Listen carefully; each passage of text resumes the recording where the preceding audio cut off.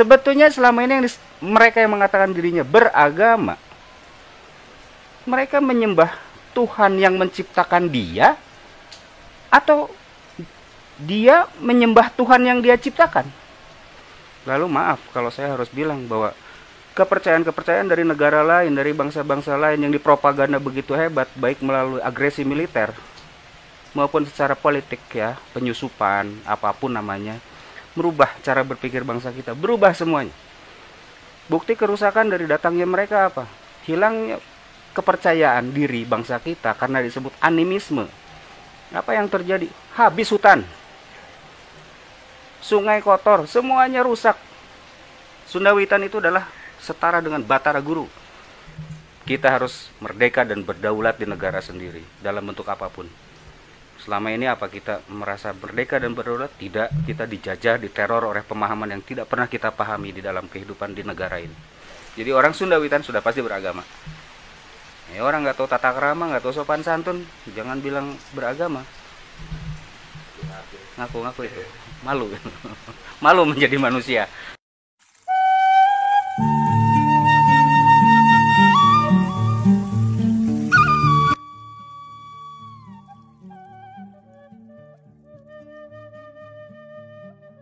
Artinya pada saat orang mengalami pencerahan atau orang memahami tentang pengetahuan tentang bagaimana dia harus hidup di negara ini, bagaimana harus hidup berbangsa, bagaimana harus hidup bermasyarakat, bagaimana harus hidup berbudaya, itulah yang disebut Sunda Wiwitan, orangnya.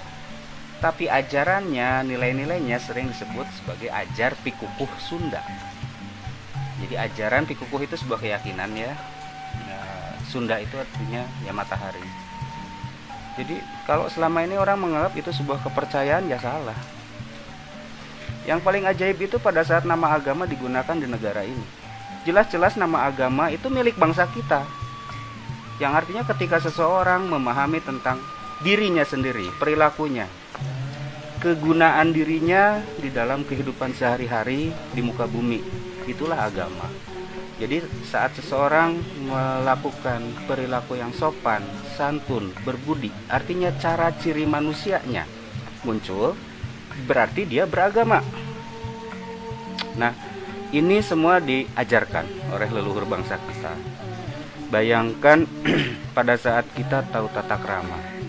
Istilah tata itu artinya hukum. Krama artinya perilaku. Jadi hukum berperilaku. Makanya ada tata krama. Dari tata krama itu adanya dalam tata salira. Lalu naik tingkat menjadi tata nagara.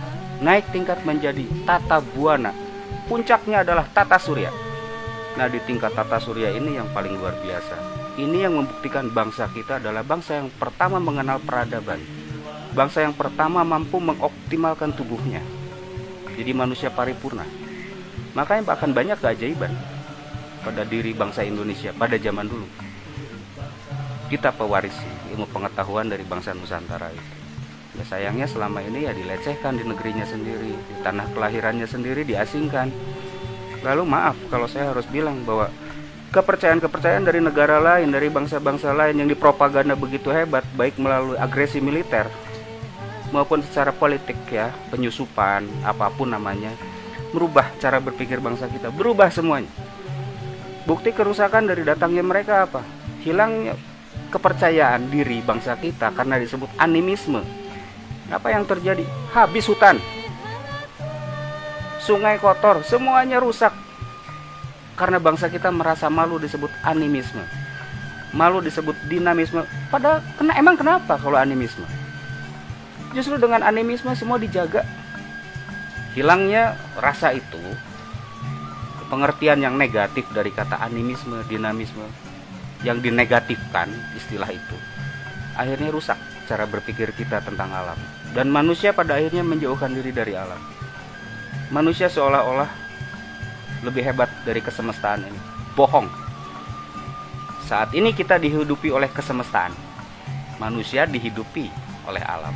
Kita tergantung makanan, kita tergantung minuman, kita tergantung 4 unsur inti kehidupan. Apa hebatnya manusia? Tidak ada. Lalu tiba-tiba manusia ingin memisahkan diri. Wah, ini hebat sekali.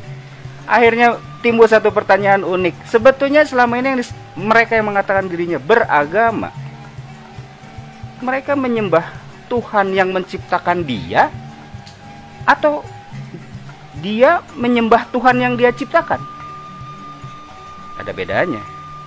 Bagi kami tidak pernah memikirkan Tuhan. Saya yakin sekali Tuhan yang memikirkan kita. Hebat amat itu manusia mikirin dia. Ternyata Tuhan bisa diciptakan, kan ajaib. Enggak, Tuhan tidak diciptakan. Tuhan yang menciptakan kita. Buktinya apa? Kita tidak diberi kekuasaan apapun oleh dia. Dia yang berkuasa atas diri kita. Itu yang disebut manunggal ingkaula lan Gusti. Apa kalimat ini jadi bukan kalimat yang hebat? Hebat, dahsyat sekali. Bagaimana kita merasakan diri kita bersatu, menyatu secara utuh, gumilang gumulung dengan Yang Maha. Siapa? Yang Maha saja sudah. Karena bagi ajar Pikuku Sunda, dia tidak boleh terciptakan. Cipta itu pikir ya. Dalam bahasa Arabnya fikir. Bahasa kitanya cipta. Dia tidak boleh terciptakan. Segala yang terciptakan terucapkan tentunya. Nah, oleh sebab itu banyak salah kaprah ketika para penganut ajar Pikuku Sunda tidak mau mengatakan. Karena apa?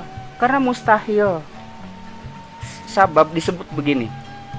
Mantena anu pamali dicaritakeun, teu beunang ku usik biwir, teu beunang ku motah letah.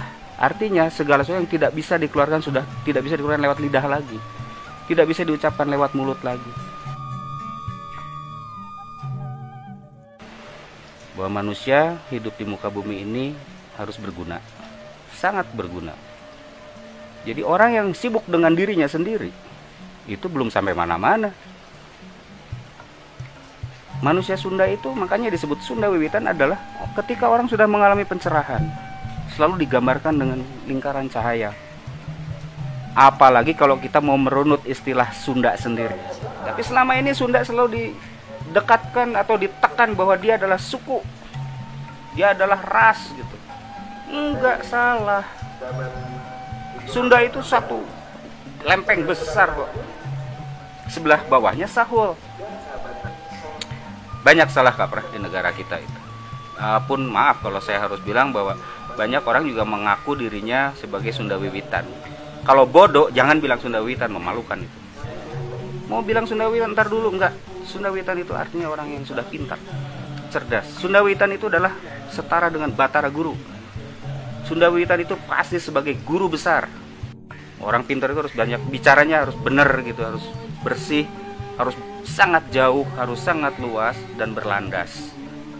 Itu baru layak disebut Sunda Wiwitan. Cerita Sunda Wiwitan menggunakan sesajen. Ketika dia mampu menyatakan sesajen ini apa, sebagai sebuah karya sastra yang maha agung, hasil daya cipta yang maha kuasa yang disusun di situ, bukan buatan manusia. Tapi orang melecehkan sekali daya cipta yang maha kuasa itu. Ketika melihat sesajen, lalu orang bilang, wah ini nggak bener, ini pemuja berhala, ini ngawur. Yang bikin bunga ini sopo? Kalau saya makan bunga saya nggak mati. Saya makan satu butir beras, itu kitab kami. Kitab ajar Pikuku Sunda itu dalam sesajen itu. Saya makan beras badan saya sebesar ini. Kamu makan Alkitab kamu silakan. Dijamin masuk ICU tuh. Kalau semua orang disuruh ngadu-adu makan kitab, saya yakin tuh Borromeus laku keras tuh. Nah, yang unik hasil daya cipta yang maha kuasa ya, dari mulai bunga, air, beras, wewangian, api. Manusia itu hanya menata. Ketika itu dilakukan, ini dahsyat. Ini bikinan yang maha kuasa loh. Saya belajar dari situ. Berarti apa? Harus punya kemampuan yang luar biasa juga untuk membaca sesajen. Ambil contoh, masyarakat Sunda Wiwitan itu, pengertian Sunda Wiwitan yang tadi, atau penganut ajar Pikuku Sunda itu tempat ibadahnya di mana? Di dalam jagat kehidupan. Dari mulai gunung, hutan, sungai, dan pakumbuhan, tempat manusia berkehidupan. Itu tempat peribadatan, semua harus dijaga. Bagaimana mungkin tempat peribadatan dibangun dengan cara merusak hasil daya cipta yang maha kuasa? Mau beribadahnya di mana belum apa-apa, konsepnya sudah menghancurkan kok. Dan setelah itu kita dianggap sebagai animis dan harus malu. Oh enggak, saya nggak malu dibilang animisme. Dinamisme enggak, saya nggak malu dibilang dinamis. Penganut ajaran leluhur bangsa ini, nah itu yang membanggakan saya. Kita harus merdeka dan berdaulat di negara sendiri dalam bentuk apapun. Selama ini apa kita merasa merdeka dan berdaulat? Tidak, kita dijajah, diteror oleh pemahaman yang tidak pernah kita pahami di dalam kehidupan di negara ini.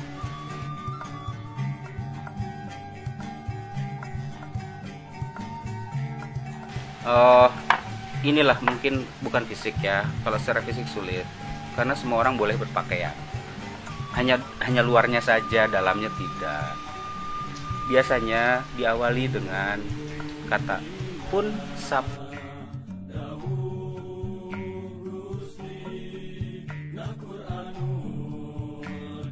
Kalau yang lain banyakkan teorinya ketimbang aku.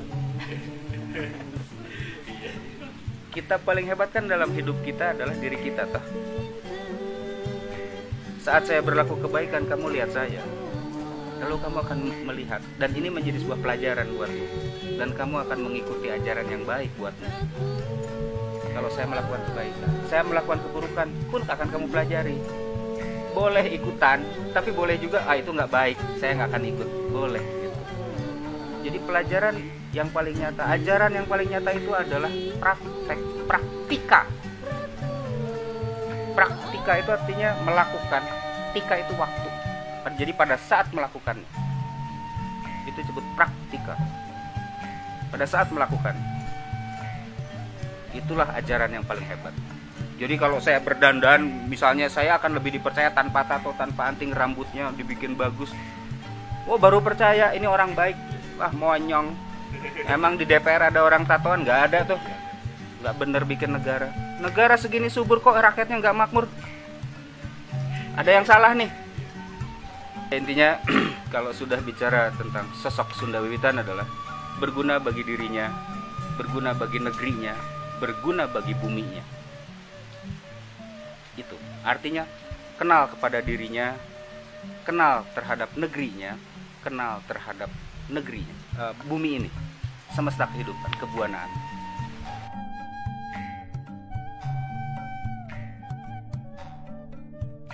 Secara umum ketika kita bisa lihat bagaimana orang secara cerdas ya, secara cerdas menangani lahan pertanian, menangani pertumbuhan pohon, buah-buahan, bunga-bunga dan lain sebagainya. Bagaimana mereka memelihara air. Udah deh pasti itu. Nah itu Sunda Wiwitan. Jadi orang Sunda Wiwitan sudah pasti beragama. Ya, orang nggak tahu tata krama, nggak tahu sopan santun, jangan bilang beragama. Ngaku itu malu ya. Malu menjadi manusia.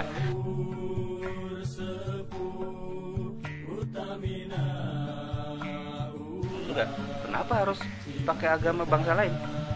Orang leluhur kita juga punya aturan kok. DNA kita masih punya kok nilai-nilai Sunda Wiwitan itu. Kamu juga masih punya tanpa kamu sadari. Kalau lewat orang tua nanti kamu munduk. Siapa yang suruh? Gak ada yang nyuruh ya. Tiba-tiba munduk. Ada rasa risih, rasa hormat kalau kita berdiri begini di depan mereka. Nah itu Sunda Wiwitan. Sudah menjadi sebuah rikat. Dalam bahasa Inggrisnya refleks. Sudah menjadi sebuah rikat. Tubuh kita, DNA kita, hormon-hormon kita bekerja dengan sendirinya. Ketika berhadapan dengan orang tua kita nunduk berbicara. Kita menggunakan nada yang rendah dengan mereka. Berhadapan dengan guru, tanda petik dosen sekarang. Nada kita nggak ngotot gitu. Sekarang kurang ajar banget.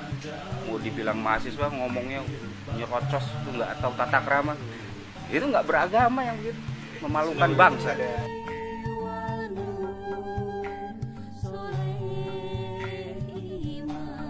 Ada. Bangun tidur kita berterima kasih. Berterima kasih bahwa kita masih diberi kehidupan, bahwa kita masih diberikan waktu untuk melakukan laku guna di dalam hidup, dan meminta bimbingan untuk terus diaping, dijaring, dibimbing, dipacak, ditendek, diberikan jalan untuk melakukan kebergunaan agar kita tidak harus lahir kembali.